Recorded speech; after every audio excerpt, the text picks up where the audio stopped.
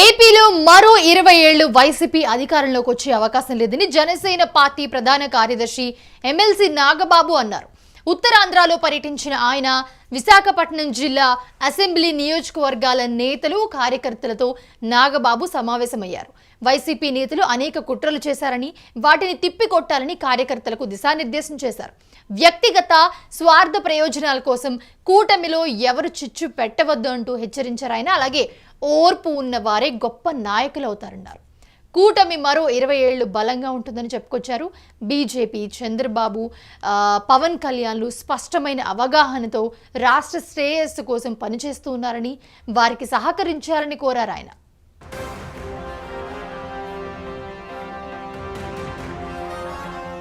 కూటమి ఏర్పాటు ఎన్నికల్లో విజయానికి చంద్రబాబు, పవన్ కళ్యాణ్, బీజేపీ నేతలు కృషి చేశారన్నారు. పదవుల విషయంలో కార్యకర్తలు అసంతృప్తి చెందవద్దన్నారు. కూటమిలోని పార్టీల నాయకులతో అపార్థాలు తలెత్తితే సమన్వయ కమిటీ చూసుకుంటుందని, కార్యకర్తలు స్పందించవద్దని హెచ్చరించారు. ఎన్నికల్లో అనకాపల్లి లోక్సభ స్థానాన్ని ఆశించారని, సీట్ల పంపకాల్లో కుదరకపోవడంతో పవన్ కళ్యాణ్ చెప్పగానే క్షణం కూడా ఆలోచించకుండా తప్పుకున్నానని చెప్పారు. ఇదే అంశంపై మరింత సమాచారాన్ని మా విశాఖ ప్రతినిధి ప్రసాద్ అందిస్తారు. తాజాగా జనసేనలో ఒక రాజకీయ కుదిపినట్లే భావించాల్సి ఉంటుంది. ఎందుకంటే ఈ మధ్యకాలంలో జనసేన కీలక నేతల్లో ఒకరైన నాగబాబు ప్రజల్లో తిరిగింది లేదు. ఎమ్మెల్సీ పదవి వచ్చిన తర్వాత ఆయన మంత్రివర్గంలో ఎప్పుడు చేరుతారా, ఎప్పుడు ప్రమాణ స్వీకారం చేస్తారా అన్న ఆశల్లో ఆ పార్టీ శ్రేణులు కానీ ఆఖరికి నాగబాబు గారు కానీ ఎదురు చూసినట్టుగానే కనిపించింది. కానీ ఈ ప్రమాణ స్వీకారోత్సవం ఎప్పుడు జరుగుతుందన్న దీని మీద ఇంతవరకు చంద్రబాబు నాయుడు ఒక ఇత్తమిద్దమైన ఒక స్పష్టమైన సంకేతాలేమీ ఇవ్వలేదు. ఇక మంచి రోజులు వచ్చాయి కాబట్టి ఎప్పుడైనా జరుగుతుందా అని ఊహించమే. కానీ ఒకసారిగా ఆయన ఉత్తరాంధ్ర పర్యటనలో పెట్టుకొని పార్టీ శ్రేణులతో మమేకం అవుతామంటూ ముందుగా ప్రకటించారు. అందులో భాగంగానే ఆయన విశాఖపట్నం చేరుకున్నారు. కానీ విశాఖపట్నం వచ్చిన తర్వాత ఆయన చాలామంది పార్టీ శ్రేణులతో కలుసుకోవడం, ఎలా ఉంది పార్టీ పరిస్థితిని తెలుసుకోవడం ఒక ఎత్తు అయితే, ఏ సమస్య ఉన్నా పరిష్కరిస్తామంటూ నేరుగా ధైర్యంగా చెప్పండి అంటూ బహిరంగ వేదికలపైన చెప్పిన తర్వాత చాలామంది నేతలు ఈ విషయంలో సూటిగానే ప్రస్తావించిన పరిస్థితి మనం చూస్తూ ఉన్నాం. చాలామంది నేతలు పార్టీ ఇంకా బలోపేతం చేయాల్సి ఉంది, ఇండివిజువల్గానే వ్యక్తిగతంగానే పార్టీ పునర్నిర్మాణం చేయాలి, ఇంకా బలోపేతం చేయాలి, చాలా విషయాల్లో పార్టీని కూటమి ప్రభుత్వం పట్టించుకోవడం లేదంటూ చాలామంది ప్రస్తావించిన పరిస్థితి. ఈ విషయంలో నాగబాబు కాస్త అసహనాన్ని, అసంతృప్తిని వ్యక్తం చేసినట్టుగా కనిపిస్తోంది.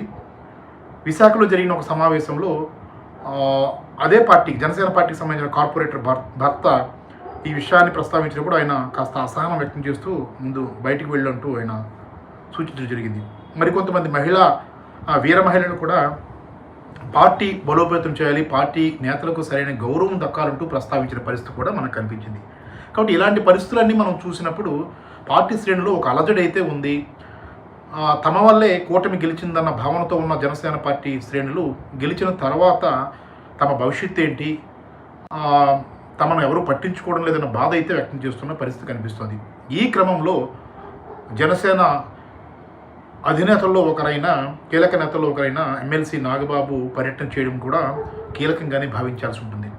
అంటే చాప కింద నీరులా జనసేన పార్టీ శ్రేణులు అసంతృప్తిని, అసహనాన్ని వ్యక్తం చేస్తున్నాయి. చాలా చోట్ల ఇది ద్వితీయ శ్రేణి నాయకులుగా మిగిలిపోతున్నాం, తమ మాటకు విలువ లేదంటూ చాలామంది బాధపడుతున్న పరిస్థితి గ్రహించిన జనసేన పార్టీ నష్ట నివారణ చర్యల్లో భాగంగానే ఇలాంటి నిర్ణయాలు తీసుకుంటుందా, నాగబాబు పర్యటన జరుగుతుందా అన్న చర్చ అయితే ఆ పార్టీలోని కాదు, మిగిలిన పార్టీలో కూడా రేగుతుంది.